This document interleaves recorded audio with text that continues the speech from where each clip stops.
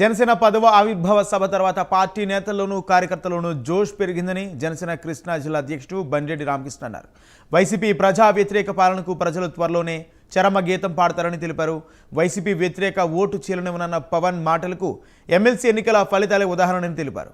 కృష్ణా జిల్లాలో జనసేన పార్టీ అన్ని నియోజకవర్గాల్లో కూడా బలంగా ఉందని, వచ్చే ఎన్నికల్లో కృష్ణా జిల్లాలో జనసేన జెండా ఎగరవేస్తామంటున్న బండెడ్డి రామకృష్ణతో మా correspondent Raj Kumar face to face.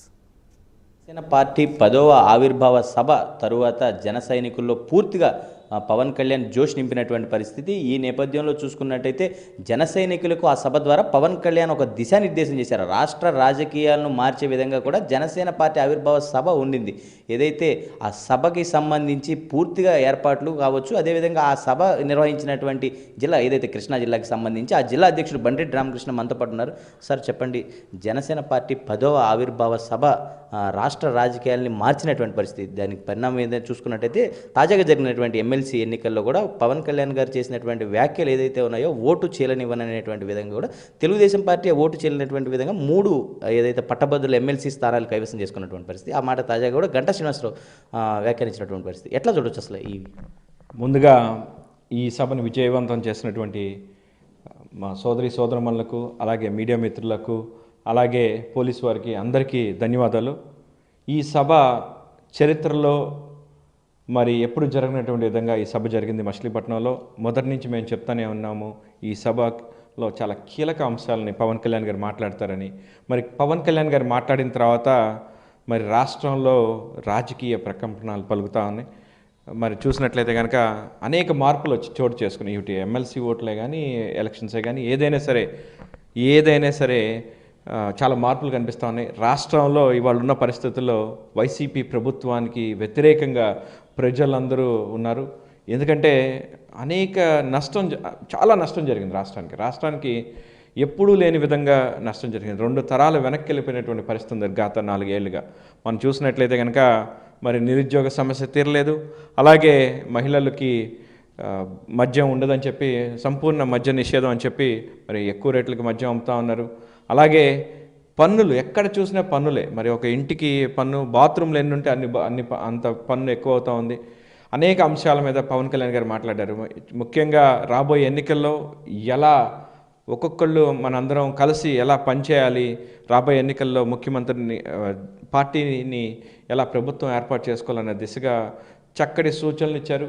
అందరూ జనసేన నాయకులు, జన సైనికులు అందరూ పవన్ కళ్యాణ్ గారు మాట్లాడినటువంటి విధానం నచ్చి ఆయన మార్గాన్ని ఫాలో అవుతూ రాబోయే ఎన్నికల్లో తప్పకుండా ప్రభుత్వాన్ని ఏర్పాటు చేసే దిశగా పనిచేస్తూ ఉన్నారు కార్యకర్తలు.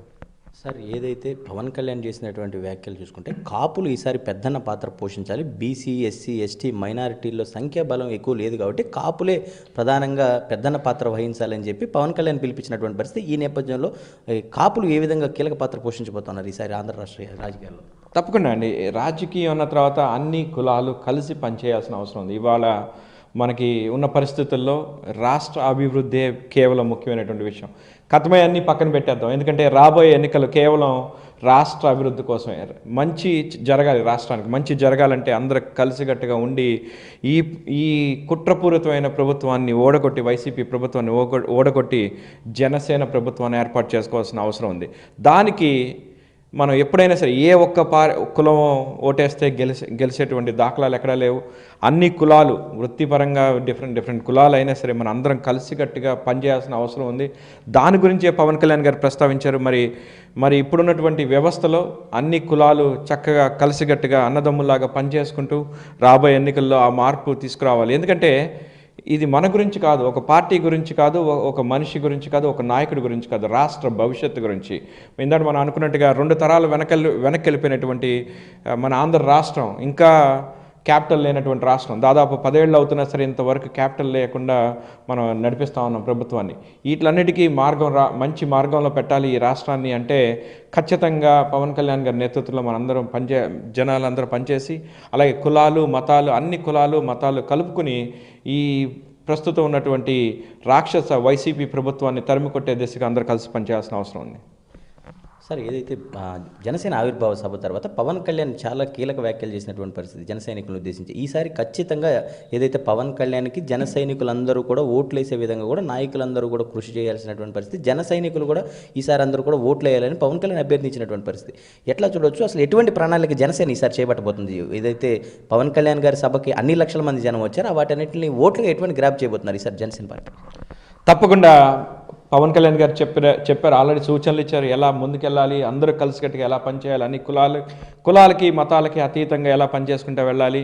తప్పకుండా మరి ఎలక్షన్ ఇయర్ చేయాల్సిన అవసరం ఎంతైనా ఉంది. మరి ఎంతో 40 ఏళ్ళు ఉన్నటువంటి తెలుగుదేశం, అలాగే 10-12 ఏళ్ళ నుంచి ఉన్నటువంటి వైసీపీ అంటే మరి అందరూ కాంగ్రెస్ నుంచి వచ్చినటువంటి యంత్రాంగమే. వారికి ఉన్నటువంటి యంత్రాంగాన్ని ఢీకొని మరి రాజకీయ ప్రకంపనలు సృష్టించాల్సిన అవసరం ఎంతైనా ఉంది. దానికోసం గ్రౌండ్ లెవెల్లో పనిచేయాల్సిన అవసరం ఉంది. మేము ఆల్రెడీ స్ట్రక్చర్ వైజ్గా రాష్ట్రం అలాగే జిల్లాల్లో కార్యవర్గాలు ఏర్పాటు చేసుకున్నాం, మండల కార్యవర్గాలు ఏర్పాటు చేసుకున్నాం, అలాగే బూత్ స్థాయి వరకు బలంగా పార్టీని తీసుకెళ్తా ఉన్నాం. మరి రాబోయే కాలంలో బూత్ స్థాయిలో ఎలా పనిచేయాలి, ఓటర్లను ఎలా ఆకర్షించుకోవాలి అనే దాని మీద గట్టిగా కసరత్తు జరుగుతూ ఉంది.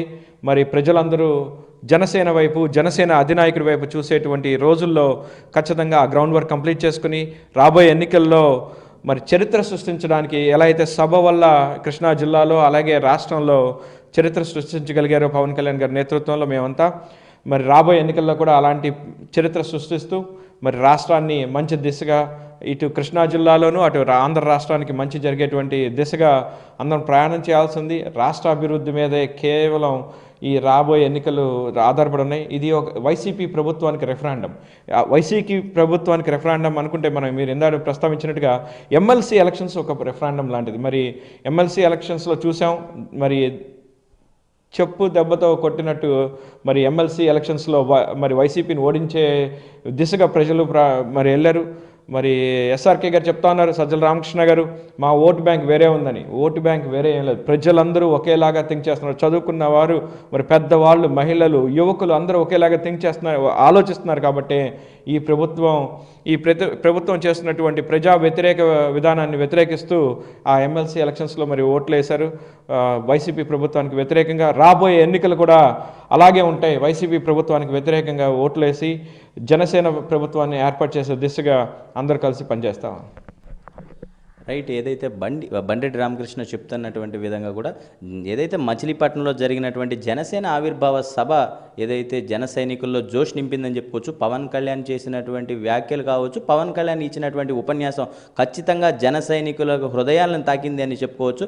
ఏదైతే ఈసారి ఖచ్చితంగా జనసేన ప్రభావం ఉంటుంది, బలమైన సంతకం జనసేనది ఉంటుందని పవన్ కళ్యాణ్ వ్యాఖ్యలు చేసినటువంటి పరిస్థితి. ఆ దిశగానే జన సైనికులందరూ కూడా కృషి చేస్తారు. మచిలీపట్నంలో కావచ్చు, అదేవిధంగా కృష్ణా జిల్లా వ్యాప్తంగా కూడా ఏదైతే జనసేన పార్టీ పూర్తి స్థాయిలో ఎన్నికలకు సిద్ధమైంది, ఆ విధంగా కూడా మచిలీపట్నంలో కూడా జెండా ఎగరేసే విధంగా కూడా పనిచేస్తామని బండెడ్డి రామకృష్ణ మనతో పాటు చెప్తున్నటువంటి పరిస్థితి. కెమెరా